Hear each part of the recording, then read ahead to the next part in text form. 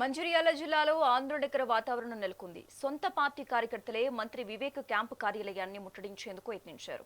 తమకు పదవులు ఇస్తామని వివేక్ వెంకటస్వామి మోసం చేశారని ఆందోళన వ్యక్తం చేశారు. ఇచ్చిన మాట ప్రకారం 17వ వార్డు కౌన్సిలర్ అజిముద్దీన్ కు వైస్ చైర్మన్ పదవి ఇవ్వాలని డిమాండ్ చేశారు.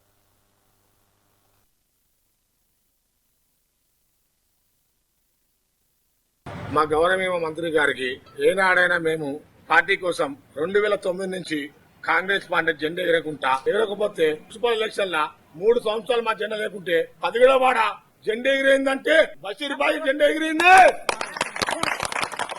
నేను బషీర్బాయి కోసం సపోర్ట్ చేస్తాను అంటే నేను చెప్పేదంటే ఒక మాట, ఏనాడైనా 2014 నుంచి 2009 నుంచి కాంగ్రెస్ పార్టీలో అధికారం లేకుండా మేము పార్టీ జెండా మారినామా? జెండా మారిందా? 2019 జెండా మారిందా? అదే వెంకటేశ్వర కాంగ్రెస్ పార్టీ ఉండి టీఆర్ఎస్ కు బల్క సుమన్ కు అమ్ముడు వేయండు. మేమైనా పశువులమైనా ఒక 20 మంది కంటే కాంగ్రెస్ పార్టీ ఎక్కువ లేదు. మేమే 20 మంది కట్టపడ్డ వ్యక్తులు ఉన్నాం. వాళ్ళ పేరేం చెప్పగలను. నేను చెప్పేది నా కోసం కాదు, జనాల గురించి మాట్లాడుతున్నా. మా వాడ గురించి మాట్లాడుతున్నా. మాకు రాక అవకాశం వచ్చిన యువకులకు దూరం పెట్టినందుకు ఏదున్నా ఎప్పుడైనా 2023 నువ్వు వచ్చిన అవకాశాన్ని ఇవాళ 2026 మన కాంగ్రెస్ జెండా ఎగిరింది.